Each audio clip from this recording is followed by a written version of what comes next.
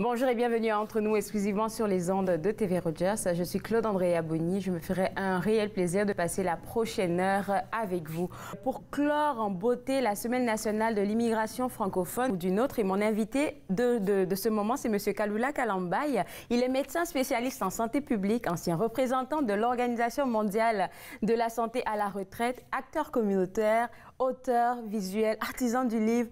Ça fait beaucoup de chapeaux, M. Kalambaye. Et j'aimerais juste vous demander où vous trouvez l'énergie pour faire tout ça, tout ce que vous faites. Bonjour Andrea, c'est un plaisir d'être sur votre plateau. C'est plaisir. Ce qu'il faut savoir, c'est que tout ce que vous avez cité se trouve sur le même axe. Donc c'est cette expression qu'on appelle en anglais un shotgun. Okay. Donc vous faites la même chose qui est sur le même axe. Mais quand on regarde, on a l'impression que c'est beaucoup de choses qui sont différentes. L'énergie, c'est parce qu'on a un devoir de transmettre le flambeau. Donc à ce moment-là, tant qu'on n'y est pas arrivé, on doit continuer à travailler.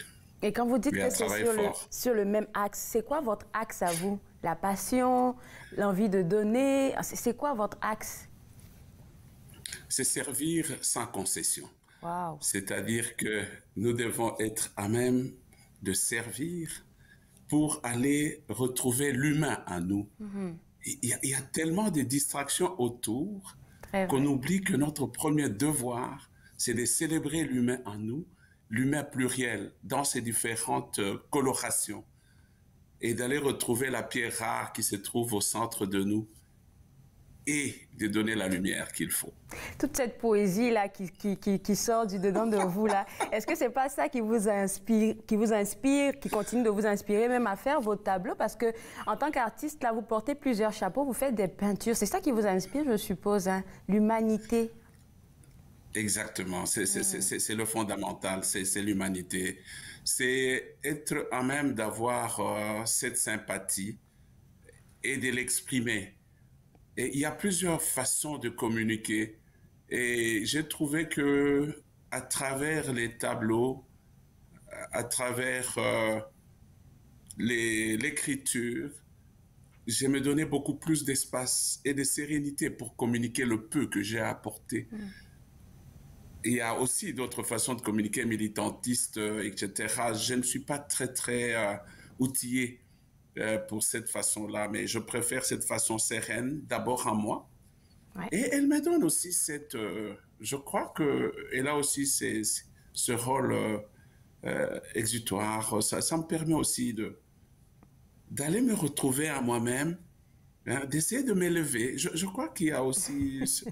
ce petit côté d'obligation personnelle. C'est clair. Et puis, quand on parle parler de militantisme, vous n'êtes pas trop dans le militantisme, là, mais tant qu'on est aligné avec ce qu'on aime, dans votre cas, c'est vraiment tout ce qui est artistique. Vous êtes vraiment un acteur communautaire dans ce volet-là, parce que vous portez plusieurs chapeaux. Je vois ici que vous êtes le président de plusieurs organisations littéraires dans la région. On va en parler plus tard.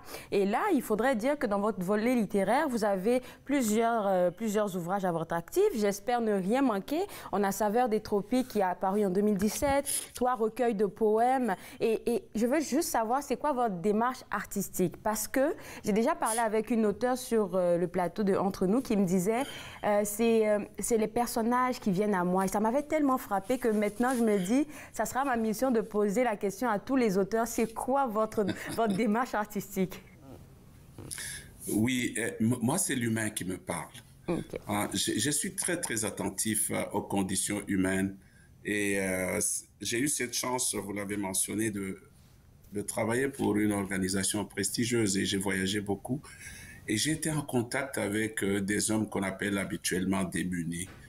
Mais il y a une richesse incroyable quand vous avez juste le temps d'écouter et ça, c'est devenu ça l'inspiration, le moteur de mes inspirations, de mon écriture. C'est cette rencontre avec l'autre qui est devenue ma base, qui est mon orientation. Donc, je suis très attentif à ce qui se passe autour de moi, surtout de la manière dont chaque humain s'exprime. Et puis c'est tellement vrai qu'est-ce que vous dites là. Pour les 2, 3 fois que je vous ai rencontrés, les 2 premières fois c'était à distance, la première fois j'ai pu vous saluer enfin.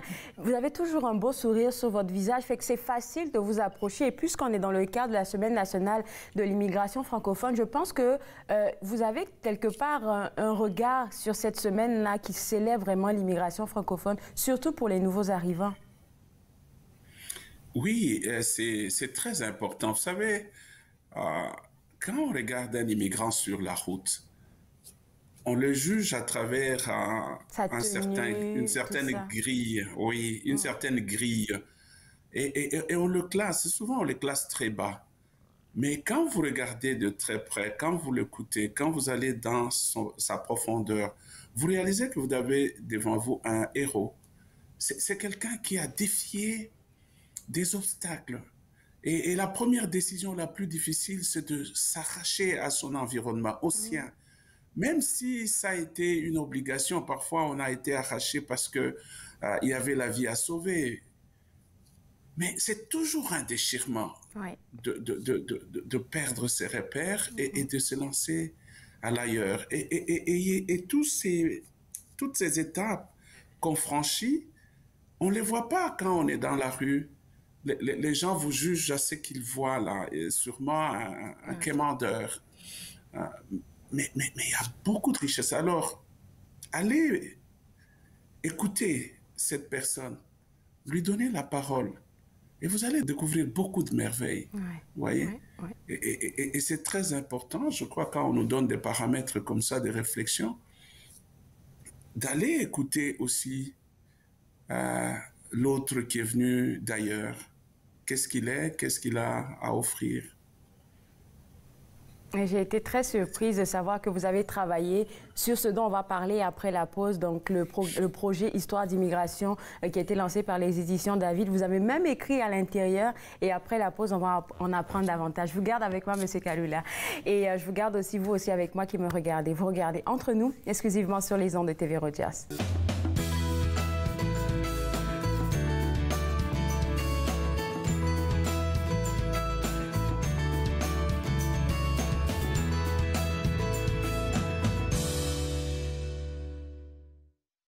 Jamais trop tôt, jamais trop tard. Tu es toujours de circonstance, comme un train qui quitte la gare pour les prairies de ton enfance. Quand le soleil dit bonjour, que la nuit rencontre le jour.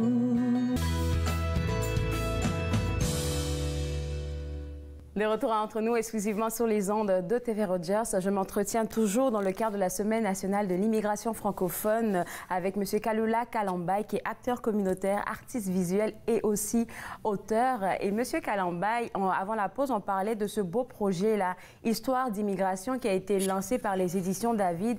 Et ça a l'air que c'est une discussion par rapport à ce projet-là que vous avez il y a bien longtemps avec l'ancien directeur, M. Marc Henkens. Oui, j'avais participé à 2 projets de Raconter Vanier, Raconter Vanier, oui.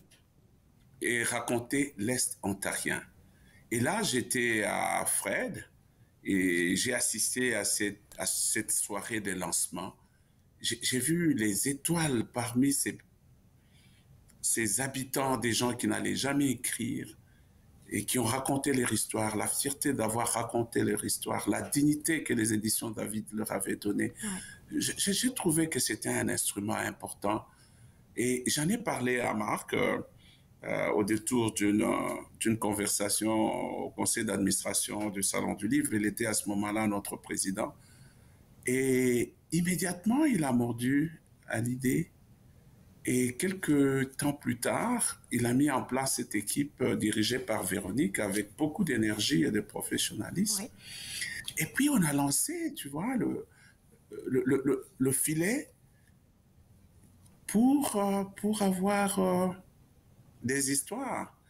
On a été impressionnés de voir le nombre non seulement des participants, mais la qualité des récits. qu'on a partagé, que vous avez partagé aussi. Vous voyez, je suis rentré aussi dans ton histoire. Ça a été merveilleux d'avoir brisé les ghettos culturels, de nous permettre de nous exprimer. Et surtout, et là où je trouve que c'est très important, de répondre à l'appel de ce pays, hein, qui vous demande, dans son axe de la multiculturalité, d'apporter votre diversité, c'est-à-dire d'enrichir l'identité canadienne. Moi, j'ai trouvé que c'était merveilleux et comme je l'ai dit publiquement, je suis très, très reconnaissant à Marc et très fier des éditions David de nous avoir donné cette passerelle-là. Et aujourd'hui, au moment où je vous parle, il y a beaucoup de talents qui veulent s'exprimer à partir de nos communautés. Vous voyez, moi, je pense que ça a été une belle aventure. Je suis très d'accord avec vous. Je suis très d'accord avec vous. Et puis, avant la pause, on parlait du fait que pour vous, c'est important que la barrière du fait que l'autre soit immigrant ne soit pas quelque chose qui empêche des relations. Et quand on lit ce recueil, La histoire d'immigration paru aux éditions David, on se rend compte tout de suite de l'authenticité de ces personnes-là qui ont partagé leur histoire. Moi, c'est ça qui m'a frappée. C'est pas comme si c'était des grands écrivains qui écrivaient comme, je sais pas moi, c'est vraiment leur histoire, leur parcours. C'était terre à terre, les histoires, et ça vient chercher directement. Et puis, on se met dans la peau de ces immigrants-là. Parlons des différents textes. Votre texte à vous, c'est une très longue marche. Et puis, moi, quand le texte a commencé durant le lancement, j'ai commencé à rire parce que je suis sûre qu'il y a beaucoup de personnes qui vont se reconnaître dans la situation que vous avez expliquée au tout début. En effet, c'est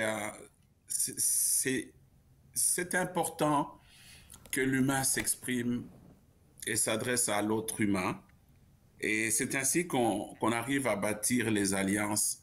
Vous savez, si on était au courant de ces différentes étapes que ça prend pour aller vivre dans l'ailleurs, je crois que les gens seraient mieux préparés.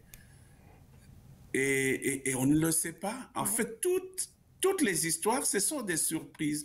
Ce sont des gens qui racontent leurs surprises là où ils croyaient que, bon, ça y est, c'est fait. Mais non, ils réalisent que tout ne vient que de commencer. Et souvent, on n'est pas très préparé pour ça. Vous voyez? Donc, c'était bon de partager ces différents angles. Et quand vous regardez les 40 histoires, il n'y en a aucune qui est pareille. Hein? Et c'est là où, donc, on a stimulé les gens. On a dit, chaque histoire est valable. Chaque histoire est unique. Chaque histoire mérite d'être versée au patrimoine universel. Je vais même plus loin, Andrea. Wow. Chaque histoire mérite d'être versée au patrimoine universel.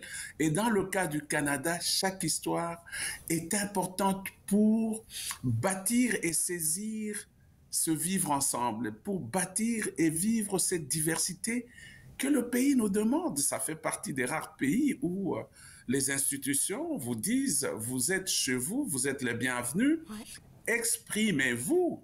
Alors, il faut qu'on sorte de nos ghettos culturels. On est 70 000 dans la région. Le Salon du livre de l'Outaouais reçoit pendant 4 jours 35 à 40 000 visiteurs. Nous sommes 70 000, je ne vois pas 1000 personnes de nos communautés présentes. Il y a un problème là.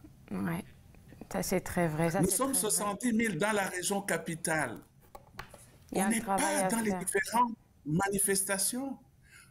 Il faut qu'on sorte de nos ghettos. Mais pour sortir de nos ghettos, il y a peut-être une étape de traitement ou de guérison intérieure. Il faut exprimer ces vulnérabilités, il faut les exposer. Et quand on les expose, on réalise qu'on n'est pas unique. On n'est qu'un instrument socio-anthropologique. Wow. On n'est qu'un acteur qui décrit une situation donnée à un moment donné de l'histoire. Alors, si on guérit notre vulnérabilité, alors on va enrichir la communauté en racontant notre histoire, en racontant notre parcours. Et notre parcours est unique et il faut le partager. Merci pour ces bons mots-là. Je compte sur nous pour le dire et pour le dire dans un autre ouvrage. J'entends le message, je l'entends et je le comprends. Écoutez, il faut aussi parler, il va nous rester 2 minutes. Vous avez lancé votre maison d'édition, l'empreintedupassant.com. Je suppose que c'est toutes ces valeurs-là qu'on vient de partager durant 16 minutes qui vous ont poussé à lancer cette maison d'édition. Ça s'appelle l'empreinte du passant, on le voit à l'écran, en 2019. Jusqu'à date, comment ça fonctionne? Ça fonctionne, disons, c'est beaucoup de travail, c'est un appel, c'est un instrument justement que je lance pour que nous puissions nous exprimer. Vous savez, vous l'avez bien dit, de voir ces textes écrits par des gens qui ne sont pas des écrivains. Dès qu'on dit écris un livre, raconte ton histoire, on est bloqué parce que c'est une histoire des spécialistes. L'empreinte du passant est en train de vous dire, avant de quitter cette terre, s'il vous plaît, laissez votre empreinte. Parce qu'on est arrivé nu et sans connaissance. Tout ce que nous recevons, nous l'avons reçu de cette terre. Alors, laissez votre empreinte. Et nous sommes disposés à accompagner les néophytes en écriture pour aller pas à pas jusqu'à avoir leurs documents dans un livre, comme j'ai vu la lumière dans vos yeux quand vous avez lu votre texte, et bien d'autres. Merci beaucoup, Monsieur Kalamba. Je vous souhaite plein de succès pour Histoire d'immigration et aussi la maison d'édition. Et puis, avec plaisir, là, qu'on va en parler autour de nous. Je vous souhaite une excellente journée et une bonne fin de semaine de l'immigration francophone. Au revoir. Merci Andrea, ça a été merveilleux de m'avoir sur votre plateau et on garde contact. On garde en même temps et mieux. En même temps. OK, au revoir et bonne journée. Alors pour vous autres à la maison, j'aimerais vous inviter à visiter le site web des Éditions David, www.éditiondavid.com pour vous procurer Histoire d'immigration. Mais aussi, si vous voulez entrer en contact avec M. Kalamba, visitez www.l'empreintedupassant.com. C'est son site web pour sa maison d'édition. On va prendre une pause et juste après la pause, on parle avec notre conseiller financier, Cédric Larry.